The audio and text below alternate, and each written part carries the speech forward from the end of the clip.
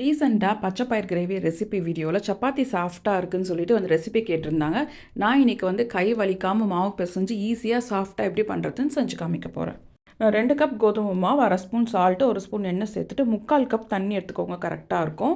அதை பார்த்தீங்கன்னா கொஞ்சம் கொஞ்சமாக சேர்த்து இந்த மாதிரி வந்து ஃபோர்க் வச்சு வந்து மிக்ஸ் பண்ணுங்கள். இந்த மாதிரி பண்ணும்போது உங்களுக்கு கையிலையும் ஒட்டாது, ஈஸியாக வந்து பிசைஞ்சிடலாம். கை வலிக்காமல் பிசையலாம். அதுக்கப்புறம் எல்லா மாவும் தண்ணியில் வந்து ஒன்று சேர்ந்ததுக்கப்புறமா லைட்டாக வந்து ஒன்று சேர்த்து விட்டுருங்க. அழுத்தி பிசையவே வேண்டாம். கையில் பாருங்கள் கொஞ்சம் கூட ஒட்டல.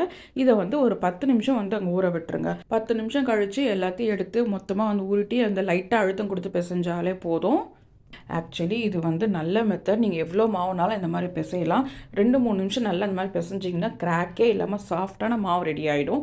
இதை நீங்கள் அப்படியேவும் வந்து சப்பாத்தி பண்ணலாம். உங்களுக்கு டைம் இருந்ததுன்னா வந்து ஒரு 10லேருந்து 15 நிமிஷம் வந்து அங்கே ஊற வச்சுட்டு இந்த மாதிரி ஈக்குவலாக வந்து பிரித்து எடுத்துக்கோங்க. 2 கப் மாவில் எனக்கு வந்து அங்கே 8 சப்பாத்தி வரும். நார்மலாக கொஞ்சம் பெருசாக போடும்போது இந்த மாதிரி வந்து மாவு தொட்டுக்கிட்டு ஈவனாக எல்லா பக்கமும் ஒரே மாதிரி வந்து அங்கே தரட்டிக்கோங்க. எக்ஸ்ட்ரா இருக்கிற ட்ரை மாவுலாம் தட்டிட்டு நல்லா சூடான தவாவில் போட்டிங்கன்னா ஒரு 10 செகண்டில் மேலே இந்த மாதிரி வரும். அதுக்கு அடுத்து தான் நீங்கள் அதை வந்து திருப்பி போடணும்.